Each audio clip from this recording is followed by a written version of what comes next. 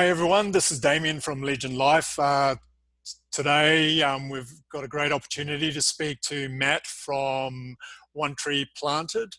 As you guys know, we like to share stories of inspiring people who are living their lives passionately and purposefully, regardless of their age.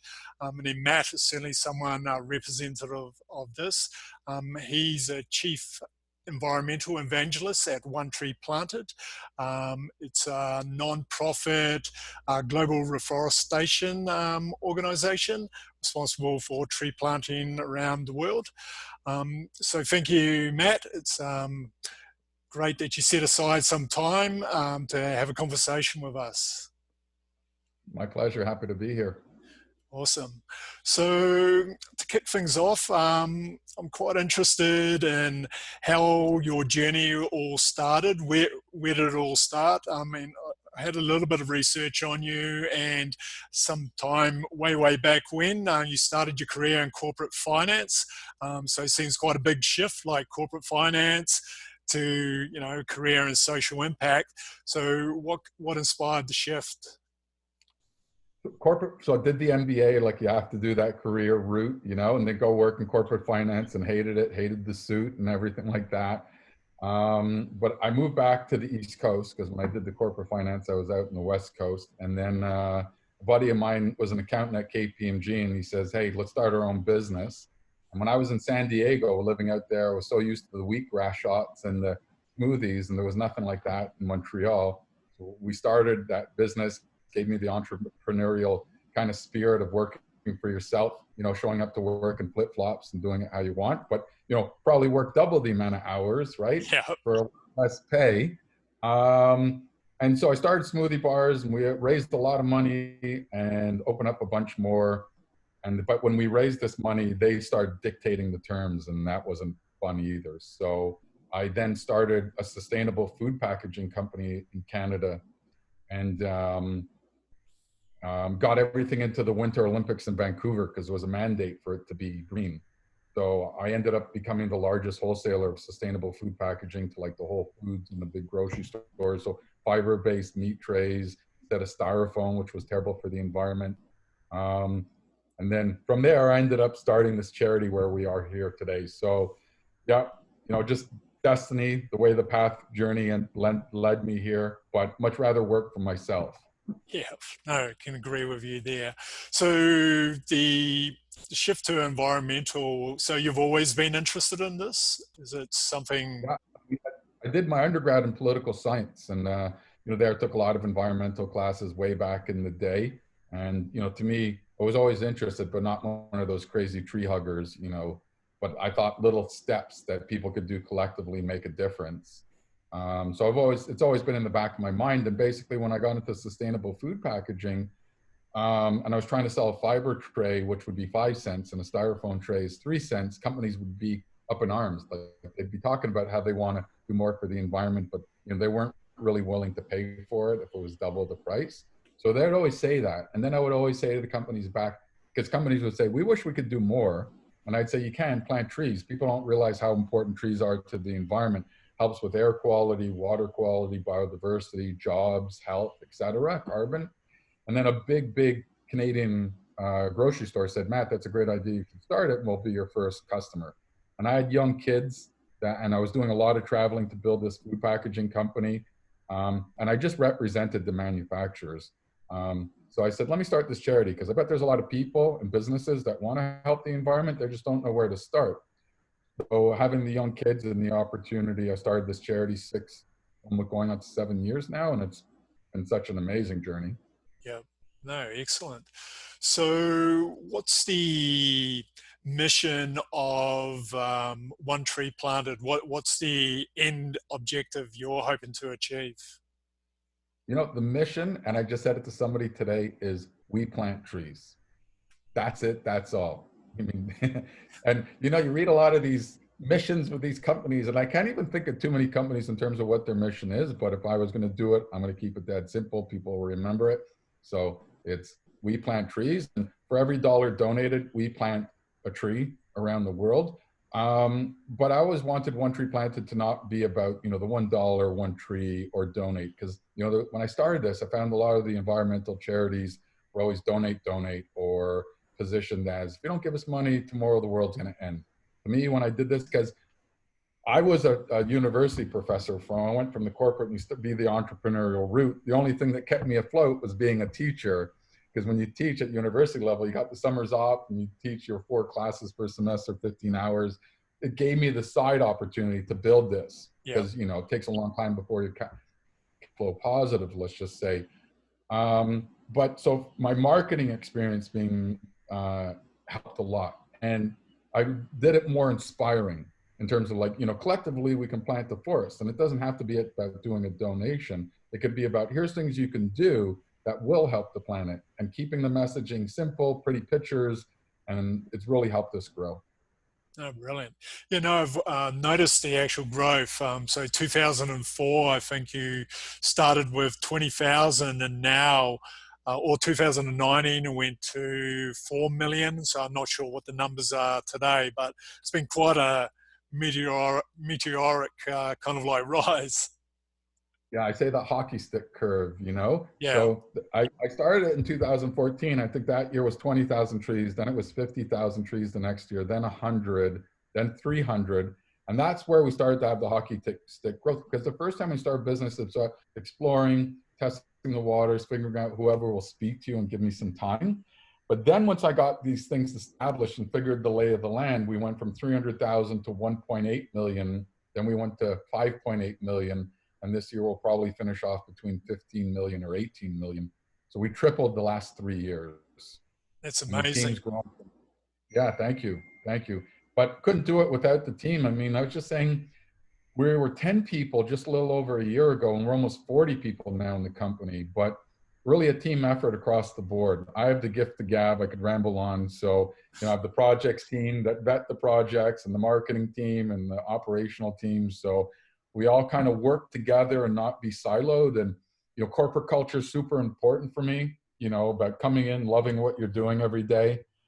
Before I still have the best job ever, but I used to get to travel, and whether it's going to Brazil, Peru, or wherever it might be, California, British Columbia, and meet these partners on the ground, and we're giving them, financial support to scale their program. It was amazing. Now I'm kind of dealing with it like we all are today, doing things Yeah. through Zoom.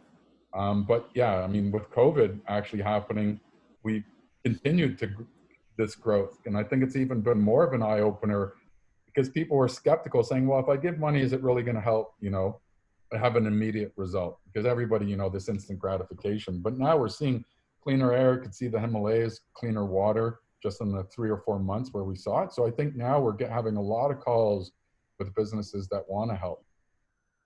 So your success now is being able to get on more and more companies to support you, or what's been the main reason for the upswing?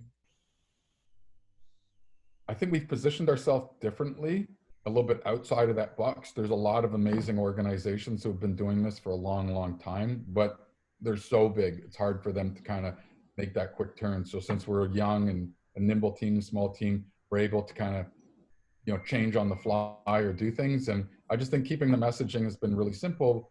And I think a lot in business, it's lucky timing. So a bit of hard work and also timing. And Yeah, I think that tree plant became popular. And if I would have started this 3 years later, I would have missed that window, because it takes you 2-3 years to kind of plant those seeds. No pun intended here. But, going out to British Columbia and talking to them, the Ministry of Forestry, and saying, I'm going to give you guys millions of dollars. And they're thinking I'm a crackpot, but whoever would kind of speak to me, and I had to learn this because I'm not a forestry expert by far. I just think that people want to help the environment. They feel paralyzed in terms of it's too big of a problem. But like, no, if you donate $1 or $10 and you pick a project in Brazil or in British Columbia to help with the forest fire, collectively this adds up. And that's the way it works. We have a bucket, let's just say, for British Columbia.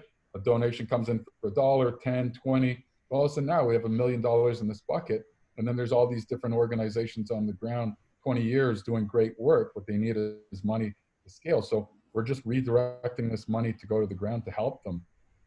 okay. But So, so, one of the things, Sorry to just interrupt. It's not even just businesses. I almost think, I mean, when people ask about the revenues that come in, 50% comes from individuals and 50% of our revenues come from business. So the businesses have an impact doing what they do. They want to give back to help for their impact. And then there's individuals that just are passionate, want to help, and they could donate $20 to California to help with the forest fires because they're being affected by that.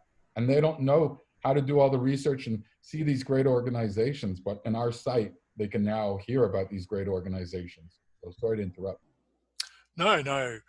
So that's a very good point, actually, because as you mentioned earlier, a lot of people don't think that they have an impact. And then now you're saying like 50% of your organization's contributions are actually individuals.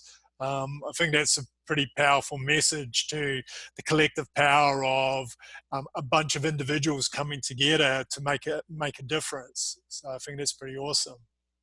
100%. Last summer, when there was the Amazon forest fires and it was really in the news, in one day, we had 5,700 donations and not one was bigger than $500.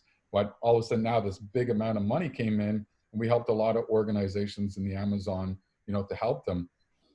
When there was the forest fires happening in Indonesia, we got a lot of donations there, but they needed equipment and assets to help prevent the fires, like equipment, like a truck and the hoses, because they were putting out fires with their flip-flops in Indonesia. Yeah. So they gave us a list of things that they needed to help for the future. And then we looked at it, we had available surplus money. So we gave it to them to get to the fire faster on a truck that they bought that was secondhand, and get a pump that pumps the water through the hose they needed. And one of our donors is WaterX, and they make the equipment that pushes that. And they heard about the story and made a donation. So much collaboration going on. No, awesome.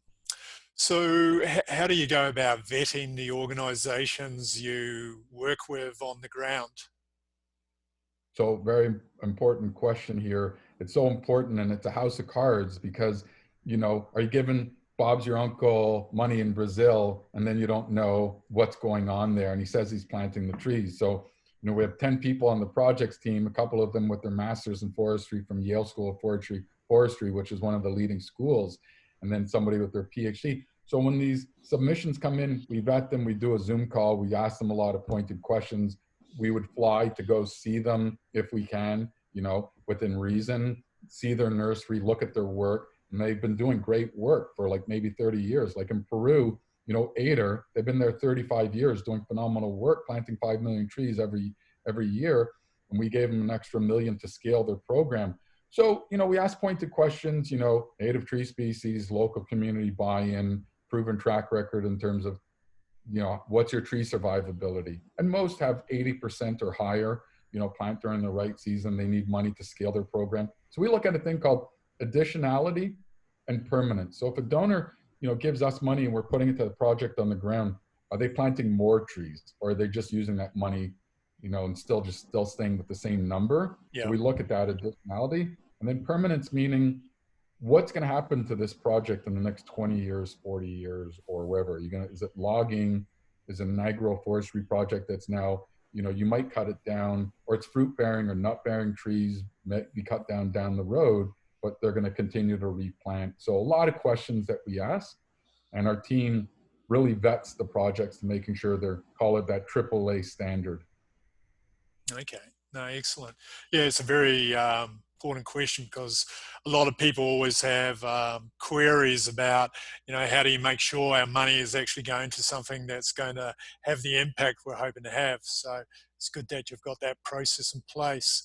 So what about beyond just planting the trees? What kind of impact, or how do you measure the impact you're having in each of the regions you're investing or helping to plant trees? So we look at different impact metrics. So some will be restoring forest fires. There's no trees there. They need to put the trees in the ground to help so there won't be soil erosion or like some landslides, let's just say. Some regions it's helping restore, biodiversity to that local region. We're planting 1.5 million trees in the Pacific Northwest, and the 1.5 million trees that we're planting is connected to the resident orca whale. And the reason behind it is there's only 75 resident orca whales. It's the icon to the Pacific Northwest, right? Yeah. that their food supply chain has diminished significantly, which is the Chinook salmon. So by planting these 1.5 million trees through these corridors, which are going Oregon, Washington State up into British Columbia, is helping cool the water temperatures and clean the water so that the salmon can come back and spawn. They're not coming back to spawn as much because the water might be a little bit more polluted and it's too warm. So now we're trying to replenish the Chinook salmon, which is helping with the resident orca whale. There's a phenomenal video that we created that explains this. I'll share that with you after this call. But that's led to our growth, because not only do I just say, the simple messaging and the pretty pictures, we're storytellers in a sense. That's where maybe my marketing experience has helped, because, it's tangible when you plant the tree, but here's this powerful story that when you're donating here your $5, you're along for the journey to understand how this is helping. But then the videos, a lot of people want to pull in their information from watching a 2-minute video on how this is, helping. Yep. And some of the videos we are creating, our team is just doing a phenomenal job. No, it's interesting because you've talked about the connection to whales, so trees to whales. Like, a lot of people probably miss the connection. I mean, they don't. I guess that's why you select the trees in the first place, because they're so important to the environment and to the planet, and it's directly connected to so many different other things. So I think a lot of people need to get that message that planting trees is not just helping deal with soil erosion, with the oxygen. There's a whole lot of ramifications: biodiversity, climate change, etc. So it's pretty interesting. So many great stories. I mean, look, we're giving money to the Jane Goodall Institute, and we're doing 3 million trees there, and it's connected to chimpanzees. We're doing a lot in Australia right now with 37 different organizations scattered throughout the Australian landscape. But we have a significant pool of money from, a couple of key donors to help with the bushfires. So it's direct seeding on the West Coast. We might be doing something that's connected to koalas, So I could talk all day long about some of these powerful impacts that come about from it. Creation of jobs. I mean, with COVID, so many job losses. And we're doing a project in Jamaica right now where their government's got this initiative to employ 2,000 foresters, youth between 18 and 24 years old that don't have job opportunities. So they're training them to become foresters. And I think their goal is to plant 3 million trees, but a lot of it's connected to the bee population in Jamaica. And bees, everybody knows has their cross-pollination such an impact to the ecosystem. So win-win in so many different ways. So, in the project we did in Rwanda and Kenya, which is, empowering people in the workforce, and a lot of it was specifically tied to women for job opportunities. So yeah, so many great stories. No, brilliant. So what's I guess the end goal is? Do you have an end objective? What are you hoping to achieve with One Tree Planted? It's been less about a number for me, or it's never been about a number. I think, if you ask the average person out there about the environment or reforestation, a few organizations come top of mind. But I was thinking for reforestation, you ask somebody, what's a great tree planting organization out there, that One Tree Planted is the one that comes top of mind. That's my ultimate goal. Build the brand. Organically, funds will come in. We've been growing conservatively, not overextending ourselves. Second thing I would say that's the most important to me is corporate culture, great team effort. Everybody's in here together, and, everybody just loves their job and how we're having this impact, all around the world, whether it's in Brazil or British Columbia or, in the Philippines. And a lot of times this money that we give to them, it's not big, massive restoration projects of millions of trees. Sometimes it's just $18,000 that helps that local NGO on the ground, purchase those trees to do significant work. And 18,000 to some of these organizations is a lot of money. So, it's been these micro reforestation projects that I would say is between 20,000 trees and 100,000 trees has really been our sweet spot and our niche. Doing a lot of collaboration now efforts with other organizations because there's so much work that's needed. I think you'll find the stat that's interesting too. In terms of philanthropy in the United States, where we're based out of, $400 billion is given to all these different environmental organizations, charities. 3% of that is the environment. That at $400 billion, only 3% is going to the environment. So all those great environmental organizations are getting that piece of the pie, just 3%. So if you can increase that and bring this awareness, like, you know, this show talking about the importance or what's going on, move it by one extra percentage point of 400 billion is a lot more money that can help, you know, great organizations out there. It's kind of crazy, really, when the environment is probably the key issue we've got to address if we all want to have a future. So, and we're spending 3%. So it's kind of like Mhm. a little bit ludicrous, really. Yeah, I know. So, didn't Yeah, realize it was such a low number. yeah. So, well, given that, what's your outlook or for the future? So, what do do you think we're in trouble? The planet? Do you have a pessimistic or optimistic outlook? Because we're getting a lot of bad news, projections of, you know, mass extinction. You know, so you know, it sounds pretty ominous, really. So what's your thoughts on that? Yeah, my thoughts is optimistic. The glass is, you know, half full versus the half empty type of scenario. I'm always looking at it, and these small little things make a difference, right? And being more inspiring. So yeah, I think you're seeing a lot of initiatives that are coming up. You know, I speak to companies and people all day long, and everybody's trying to help. And you know, to me, it's been more about action versus commitment and pledges. And then I think, you know, a lot of companies now say, okay, we want to step to the plate, but what do we do? So, I mean, we position it as, here's this great project that's good to go. So put your money in and let's get it going, versus a lot of talk and bureaucracy and red tape. That stuff is, you know, annoying to me. It's like, look, let's go. So that's the way we roll. Yeah. No, Hmm. very good. Yeah, it's always better to take action than talk about it. So it's good to And even see it. start small and learn from that. You know, there might be mistakes done, but at least we're doing something than over analyzing and taking years to figure it out. There's phenomenal organizations doing great work. There's lots of opportunity to help fund this. And if we don't fund it, you know, you're going to have a bigger issue. And, you know, whether these natural disasters you're seeing are more and more frequent and bigger now, right? And, you know, if we can look at things in terms of the packaging or reusables and disposables. I think people are just looking at better ways of doing things. And I think we're just at the infancy stage right now across the board. You know, is it the battery powered cars are the ultimate end solution? No, but it's a starting point and people are trying it and the costs are high. But as we do more things, we're learning from these things. Same thing with our tree planting projects. You know, we go in with X amount and the project worked well. We could scale it year 2, year 3, and it continues to grow from there. I always look at this. What did we do right? What did we do wrong? How can we do it better for next year? Yep. No, very good philosophy. So, what's your recommendation to people as far as how can they individually, you know, do something to make a change? Like a lot of people, like we discussed before, maybe a little bit overwhelmed by the issues. So what would your recommendation to people? Let's focus on what your area, deforestation. What could individuals do themselves starting today to have an impact? Sure. You know, it's baby steps. That's what I say is the best way to go. So, you know, I'm not expecting everybody to become a vegetarian, right? But you could be a vegetarian for a day.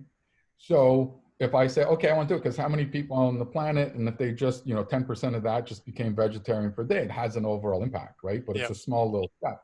And then if you create the recipe, because I know a lot of friends that do it, but they're like, what do I eat for breakfast? What do I eat for lunch? What am I even going to think of for dinner, right? But if you create that recipe for them for that day and they have to follow it in the simple steps, they'll do it. Or at least you'll get a lot of people to actually do it. If it's easy peasy for them, the map's kind of drawn out for them. And then I'm not expecting to go out and buy a Prius, an electric car, or a hybrid, right? Versus I Yep. got 4 kids and snowboards and a family and I go to the store. I can't fit it all into Prius. So I got an SUV, but I could bike to work 1 day per week or take public transportation. It's not the end of the world. So again, these are the things that I say are small little steps. Make a conscious effort for your water bottle to have it, you know, and then you start to get into the discipline or patterns of doing it.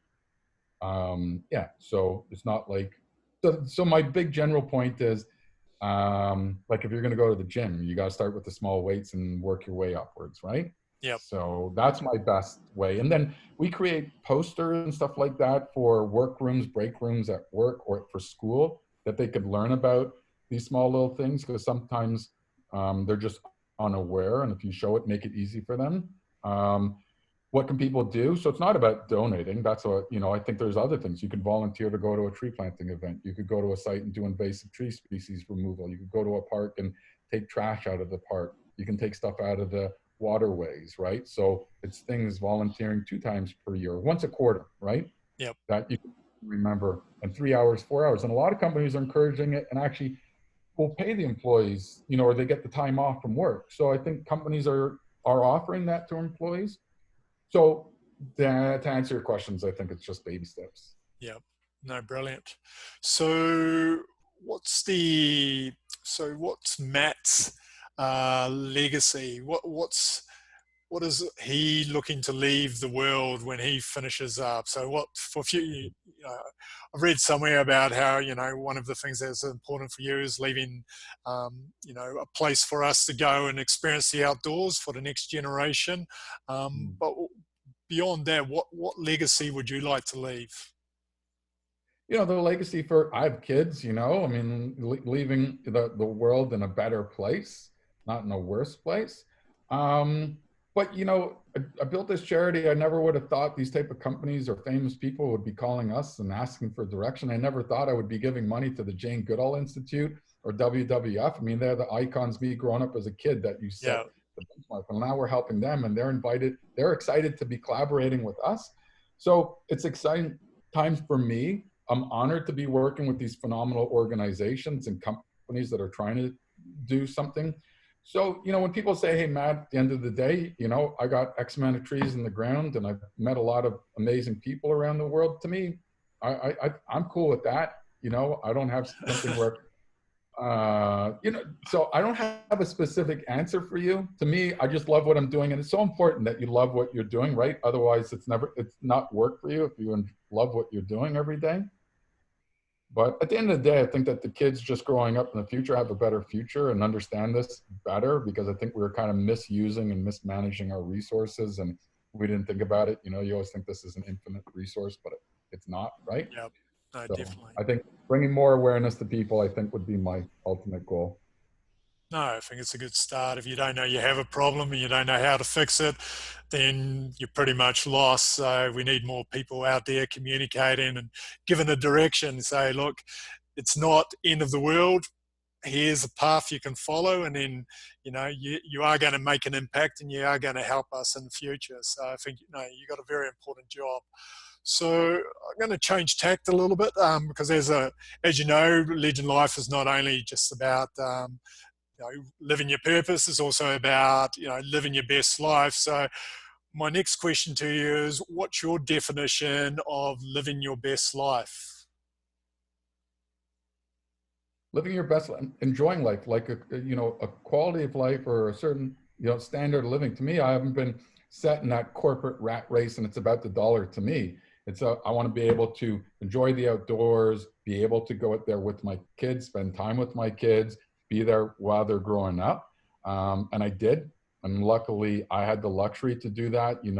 Being a teacher, I had a lot of times in the summer, and having a job that you love doing. I mean, I know people, and I'm sure you know people yourself, they're caught up on making the big buck, but they're working 80 hours a week and then not having the time with their family or to enjoy it.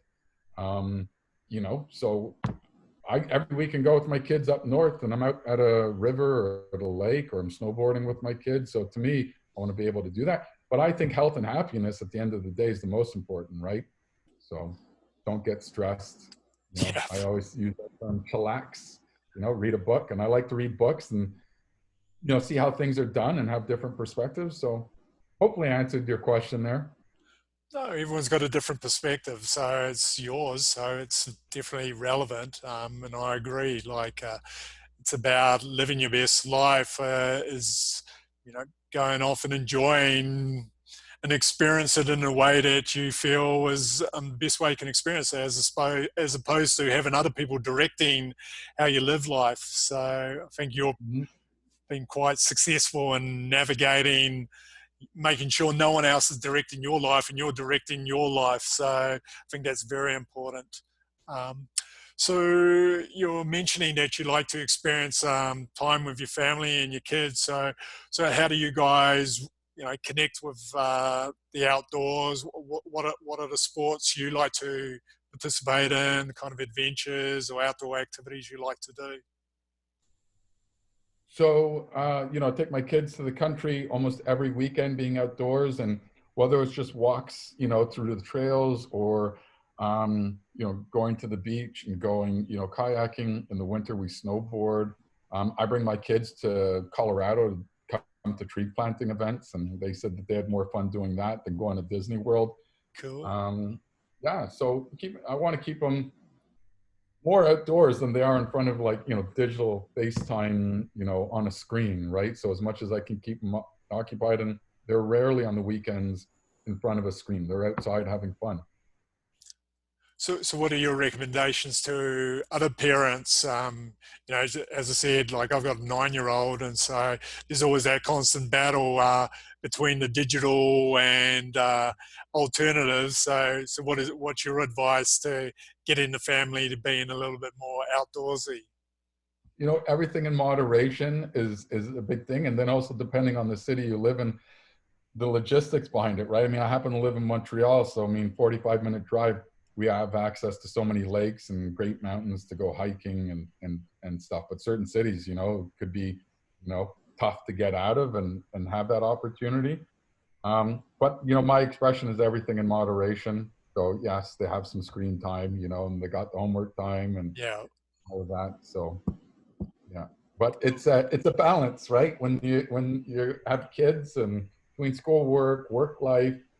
Yep. No, definitely. It's always a challenge, Hmm. especially with COVID, because your kids are at Yeah, home all the time now. So yeah, exactly. So that's yeah, definitely challenging times right now. And being able to work while they're kind of doing the team school meetings and making yeah, sure they're retaining that information. definitely. So question on bucket lists, because one of our challenges will be people creating their bucket list.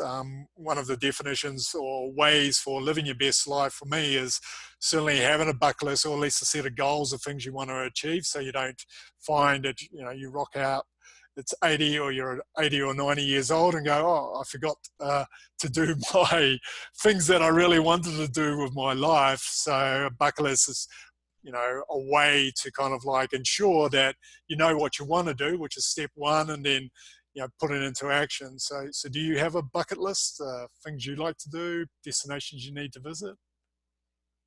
I mean, I've never had the bucket list in terms of, I want to jump out of an airplane. That was on my bucket list, but definitely places to see. And like the two countries like top of mind have been New Zealand is definitely the top of my list to go to. A lot of friends that have been there and always said amazing things about New Zealand, and Japan. And I was actually supposed to be in Japan for the Olympics, but they were canceled. So Yeah. hopefully next year I'll be able to go to Japan.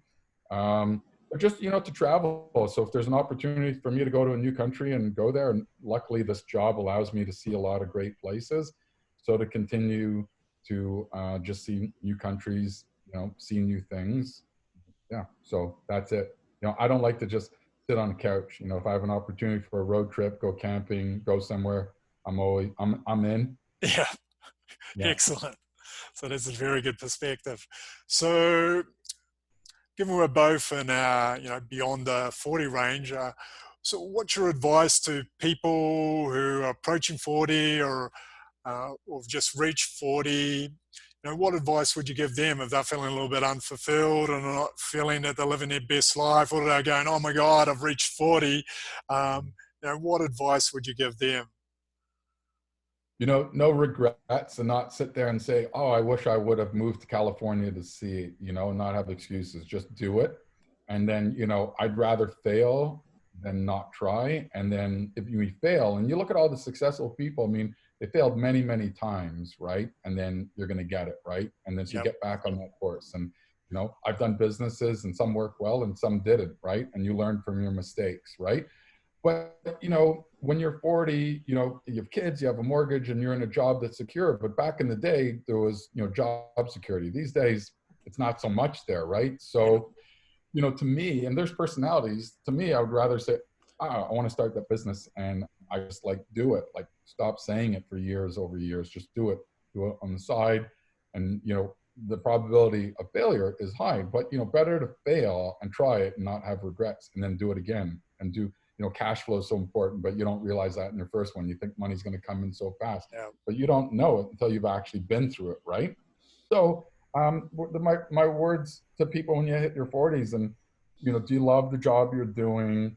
But it's not as easy to do it. So you have to think more carefully, but go out there, keep active. Your health is the most important thing. So don't sit still, take those road trips. I always say you'll figure out a way of making it work. Don't think about why you can't. I don't have enough money. Well, go out there and you're going to figure it out, right? I mean, Yep. it's easier said than done, right? So there's a lot of variables that play into it. But yeah, I just say, learn from mistakes. Don't have regrets. Yep. So I guess that leads us into the final question.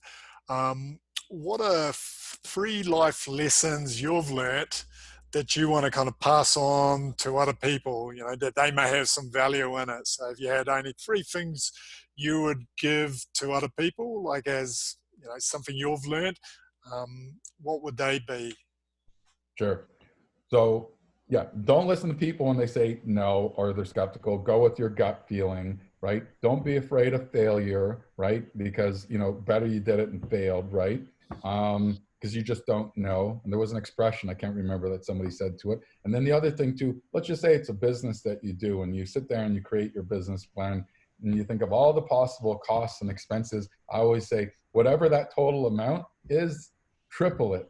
And then whatever you expected for your sales, cut that in half. And more often than not, that's what it ends up being. And I get so many people that came to me and said, I started that business. It's so true. So my lighting's going to cost this, my rent's going to cost that, my labor. But you always run into these unexpected things. And then also from a business perspective, when you not only tripled your expenses and reduce your costs in half, if you can have cash flow wise 1 year's worth of money to pay all those bills, assuming you get zero revenues in, your chance for success is way higher. Because a lot of people don't realize how long it takes for something to actually start to get momentum. And, that failure rate, that get to 18 months, I think, is the break even on average, Yeah. right? And people open up a retail store or do this and that, and they don't realize how long it's taking to develop that revenue coming in. But again, it's not just about starting a business. A lot of people always tell me about business plans. You got to prepare and you got to have a business plan. My philosophy, and most people don't agree with this, and I read this amazing book called Scrum by Sutherland, right? And he said, look, you can have your game plan and planned out, but as soon as you step onto the battlefield and that first bullet zips by your head, you're changing and you're adapting to the terrain, right? Because there's so many things that you're going to be running into that, you just didn't plan out. You have your basic game plan, but yeah, that first bullet, you're adapting. Yeah. Now things are changing so fast in so many ways, right? I mean, I feel bad for the people who opened up retail restaurants, and then COVID hits and like what's happening there. It's unfortunate with all these crazy times. Luckily, we've been in a space that has allowed us to continue to grow. Oh, very good. So, well, thanks again, Matt. It's been a great conversation. I'm sure a lot of people get some value from this. So how can people find out a little bit more about yourself and One Tree Planted online? Sure. If you go to the website, I think on the team page, my info is there, but matt@onetreeplanted.org. If anybody wants to email me and ask questions or connect, I love to jump on calls and talk to people. I'd love to send you a reforestation t-shirt too. So email me after the call and I'll send you a reforestation shirt. So sounds good. My door is always open to anybody Okay. who's listening and wants to talk, chat. I'm free. Okay. Well, thanks again. It's been a pleasure. Yeah, the pleasure's all mine. So nice talking with you and have a great day.